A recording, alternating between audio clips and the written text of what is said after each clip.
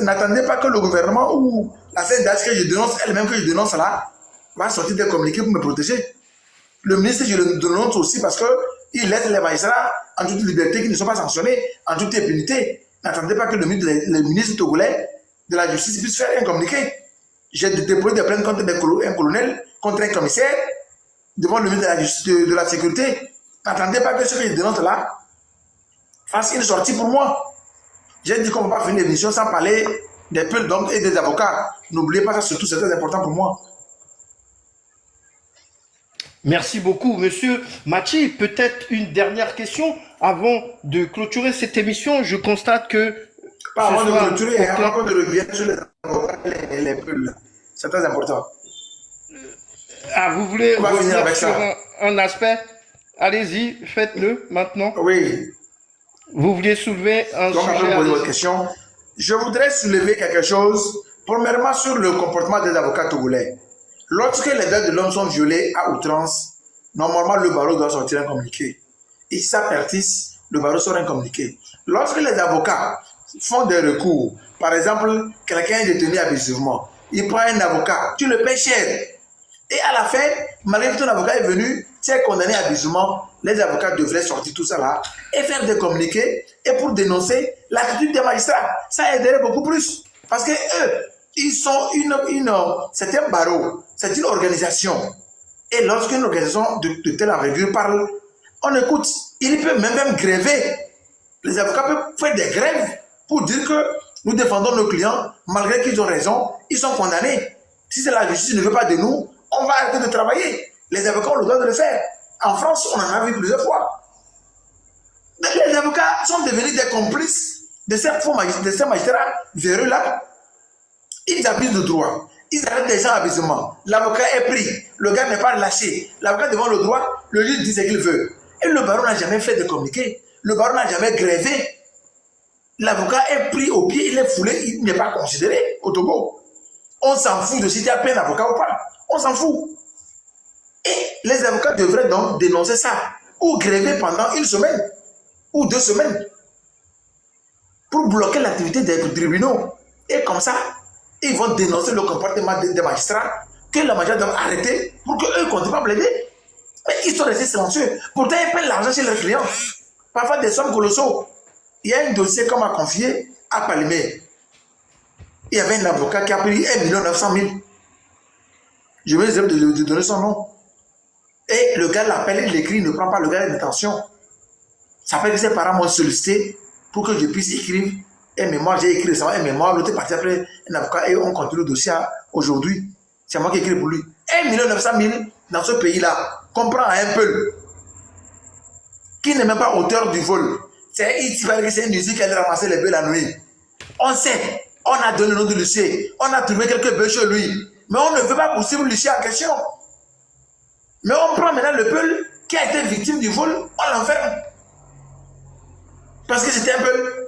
Et l'avocat, dans ce dossier aussi, c'est de la discrimination pour vous. C'est de la discrimination. Une grande discrimination. Je voulais parler également de peuls là. À Kara, à Dapaon, aujourd'hui, c'est de la catastrophe. Hein. Surtout à Kara, le marché des Est-ce qu'il existe des tensions ethniques? Est-ce qu'il existe des tensions ethniques entre des Peuls et d'autres groupes? Je vais revenir sur les Peuls et les éleveurs, mais ces tensions sont entretenues par les OPJ. Moi, je vous dis la vérité. Je vais finir avec ce que je disais. Le marché des bétails, ça a été fermé. Pourquoi? Le colonel qui aussi m'en veut en complicité avec le juge, le procureur Ali Abdelrahim et le procureur de la Cour générale de la Cour d'appel de Kara Ali Essoron. Pourquoi? Il débarque et il peut prendre 3-4 jeeps des gendarmes. Il débarque dans le marché, il ramasse le nombre de bœufs qu'il veut, il part avec. Et quand on va l'appeler, qu'ils auraient appris que ces bœufs seraient issus de terrorisme. Et ça s'arrête là-bas. Quand on dit ça, seulement tout le monde se tait. Et les peuples qui tentent de résister, on les prend avec leurs bœufs et ils ont disparu à jamais. Vous voyez, on va trouver les bœufs dans les troupeaux, on les arrête, on prend une partie des bœufs. Quand on parle qu'on a appris que ces peuples-là seraient liés au terrorisme, et tenez-vous bien, le danger se trouve où? Le danger se trouve ceux qui sont dociles et qui payent. D'autres payent 100 000, d'autres payent 200 000, 300 000. On les laisse partir. Si réellement ils étaient des touristes, pourquoi pour avoir payé l'argent, ils sont partis? Quelle est la preuve même que ces bœufs-là, les gens ont quitté leur maison, les bœufs pour aller au marché? On veut ramasser ça au nom du terrorisme. Parce qu'on veut se faire de l'argent. Est-ce que c'est normal? J'aurais appris même qu'il y a un monsieur du nom de Lamboni qui est aujourd'hui quelqu'un qui déteste les peuples, qui est le président des éleveurs de la région Kara, qui a même fait un vocal que je peux partager avec vous. Il a dit, si on prend un peu de le terminer. Ce monsieur, c'est avec lui maintenant que le colonel travaille. Et quand on arrête les peuples vont aller payer chez Lamboni et ils viennent maintenant voir le colonel, on les libère. Ça, c'est du droit. Les terroristes payent des cautions pour sortir. Ceux qui ne veulent pas payer, qui s'opposent, et ils sont restés là-bas. Il y a eu 3 peuples qui s'étaient assis quelque part. Les gendarmes sont arrivés et les ont vus. L'autre dit, ah, moi je vais fuir. L'autre dit, non, si tu fuis, on va te poser de soupçons. Il dit, moi là, je préfère fuir. Il a fui, il a laissé 2 autres. Les gendarmes sont venus les arrêter. Un a dit qu'il a 100 000 sur lui. L'autre dit qu'il n'a rien fait, il ne va rien donner. Celui qui a donné 100 000, on l'a laissé. Celui qui a fui s'est échappé. Celui qui a refusé de donner, il a disparu. Terrorisme. Est-ce que ça c'est vraiment objectif ça? Ça c'est une enquête de terrorisme. Est-ce que c'est une enquête objective? On mange, les gens se sucrent sur le dos de cette histoire-là. Je ne dis pas qu'il n'y a pas de terroristes au Togo. Moi, je ne suis pas dans le secret d'enquête. Mais qu'on n'utilise pas ça pour escroquer d'autres peuples qui n'en ont pour rien. Et il y a un monsieur qui a disparu à Mandouri. Il a disparu à Mandouri. À Saint-Cassé, l'organisme l'a arrêté. Et pourquoi? Parce qu'un autre peuple a appelé. Il a sa fille qui est juriste. Un autre peuple a appelé parce qu'il avait un antécédent avec ce monsieur. Il appelle maintenant. Il va discuter avec la gendarmerie. On arrête le monsieur. Il fait 4 mois en garde à vue. 4 mois. C'est nulle part au Togo dans le code du droit. 4 mois en garde à vue. Lorsque les faits sont graves et complexes, comme le cas du terrorisme, la garde à vue peut aller jusqu'à 12 jours. Pas plus. Jusqu'à 12 jours. C'est le code pénal qui prévoit ça. Mais les peuples restent en garde à vue 4 mois, 5 mois, 3 mois. Si tes parents ne viennent pas payer dans ces conditions, tu disparais, terroriste. Est-ce que c'est objectif? Est-ce que pendant 1 mois, on n'a pas de preuves, on ne te laisse pas? 2 mois, il n'y a pas de preuves, on ne te laisse pas. 3 mois, il n'y a pas de preuves, on ne te laisse pas. 4 mois, comme on n'a rien payé, tu disparais. On t'envoie quelque part, terrorisme. Est-ce que ça, c'est objectif?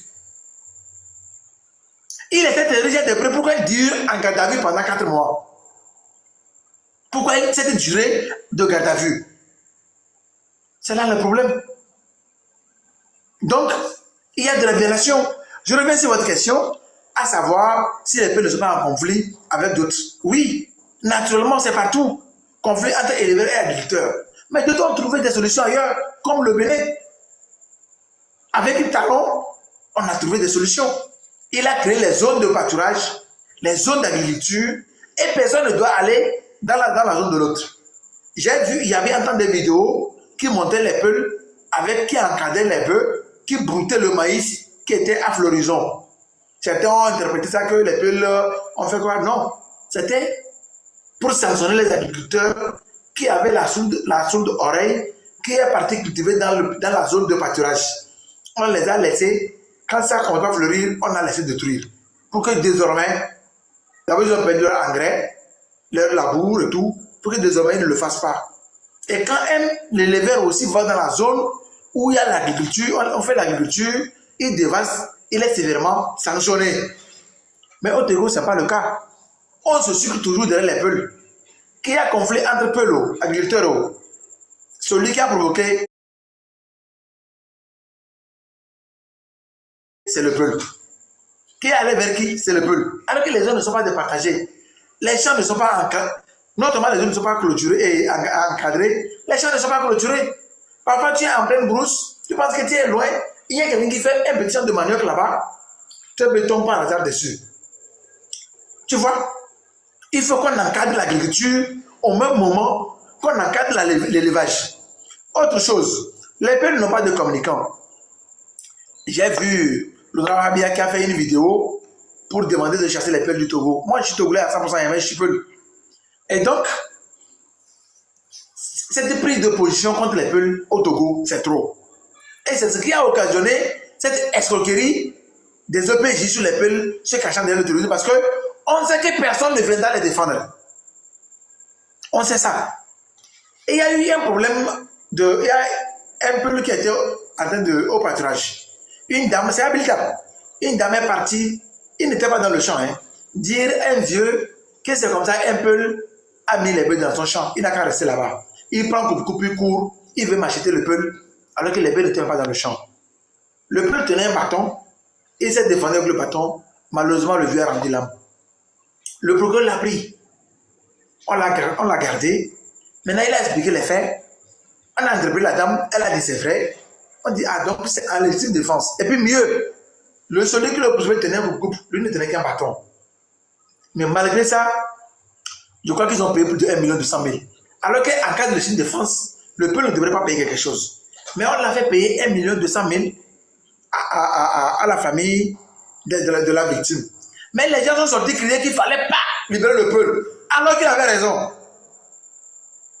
Un autre cas habilitable. Quelqu'un a macheté le peuple, il l'a blessé.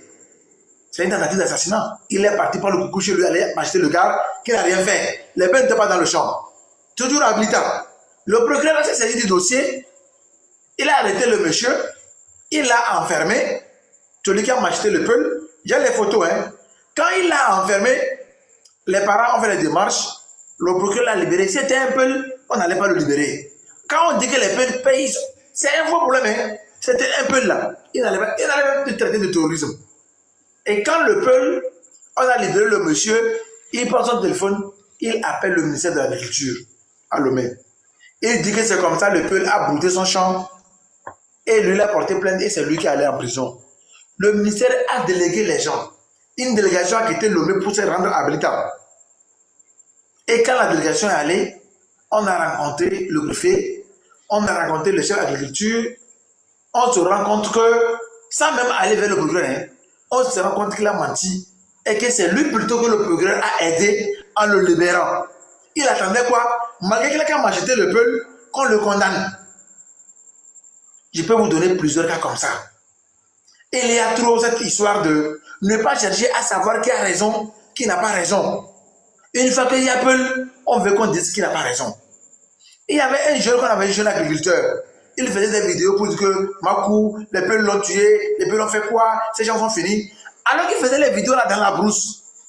Quand on m'a tagué, je l'ai écrit en inbox.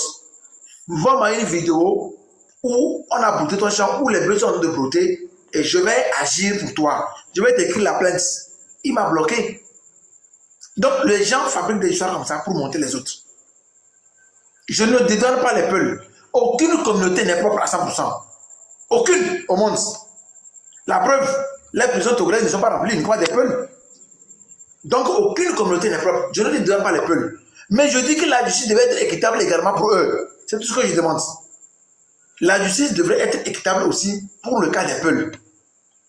Donc voilà ce que je voulais relever sur le cas des avocats et le cas des peuples. Le monsieur, j'avais pris son nom, j'avais envie de donner son nom, mais malheureusement, j'ai chargé le bout de papier où j'ai noté ça. Mais l'affaire s'est passée à Saint-Cassé. Ou bien c'est à Pengal. Donc, on a saisi même les autorités, le monsieur. Et ils sont nombreux comme ça. Hein. Et il y a un autre aussi qu'on a pris à Saint-Cassé. Cette affaire dont je parlais, elle s'est passée à Pengal. Et on l'a pris à Saint-Cassé. Il a fait 3 mois. Finalement, il a disparu quand le terrorisme. Parce qu'on appelait ses parents, ils ne venaient pas. On a réussi à joindre le CB qu'il avait arrêté à l'époque. On lui demande qu'il a fait quoi. Le CB nous dit que non, qu'il n'a rien fait. Lui, il a vu seul en brousse. Il a estimé qu'il était terroriste, sinon il marchait seul. Alors qu'il était sur le chemin, c'est pas qu'il marchait dans la brousse. Hein. Il revenait du marché, du bétail, il avançait à rentrant. Qu'on a appelé aussi pendant les 3 mois, aucun parent n'est venu. Pour ça, le gars a disparu terrorisme. Est-ce que si on m'a arrêté, mes parents ne viennent pas, cela explique que je suis terroriste. Donc il y a plein de cas comme ça. Quand tu vois des pays comme le Bénin, les peines sont respectées, l'agriculture est encadrée, on ne confond pas les peines aux terroristes, les gens vivent bien au Bénin, les peines sont même dans les élections passées là. On a obligé dans les zones où il y a les peines qu'il y ait des conseillers, qu'il y ait des maires, qu'il y ait des élus. Dans les listes, on obligeait ça au Bénin. On obligeait à ce qu'il y ait ces choses-là. Mais aujourd'hui, au Togo, ce n'est pas ce qu'on voit. Quand tu parles, tu veux défendre les peuples, on trouve que tu es en train de dérailler. Malheureusement, tous les Togolais doivent être défendus de la même manière. Leurs droits doivent être respectés de la même manière. Il ne faut pas qu'on cultive la haine entre les peuples et les autres communautés. Nous, on était bien quand on était petits avec les agriculteurs, on mangeait bien, on s'amusait bien, on nageait ensemble. Parfois, on suivait les bœufs avec les enfants des agriculteurs, alors que les parents n'ont pas de bœufs.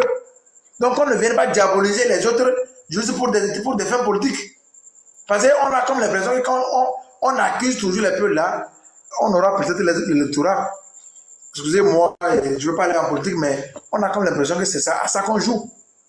C'est pour dire qu'on vous défend contre les peuples, alors que c'est faux. C'est de l'injustice aussi. On dit l'injustice, où qu'elle soit, est une menace pour la justice partout. Là, dit Martin Luther King. Ok, moi j'ai fini ce que je voulais profiter de dire. J'écoute votre question. Votre ami, c'est parce qu'on parle des peuples qu'il est parti, ou bien il est fatigué? Non, il doit avoir un problème de connexion Parce que aussi c'est là ça le où il problème. est. Les gens ne veulent pas qu'on Non, défende les droits on des n'a peuples. rien contre les peuples, au contraire. Ici, nous, on défend justement la diversité de ethnies que nous avons sur notre cher petit territoire qui est le Togo. Mais c'est vrai qu'on n'entend pas souvent parler de ce qui se passe entre les peuples et d'autres ethnies. Et éventuellement, vous avez passé votre message, on l'a bien entendu. Et à chaque fois que nécessaire, on n'oubliera pas de rappeler les conditions de vos chers frères Peul. Merci beaucoup, Monsieur Machi, d'avoir été notre invité. Nous allons donc conclure cette émission. Je crois savoir que nos invités, ou en tout cas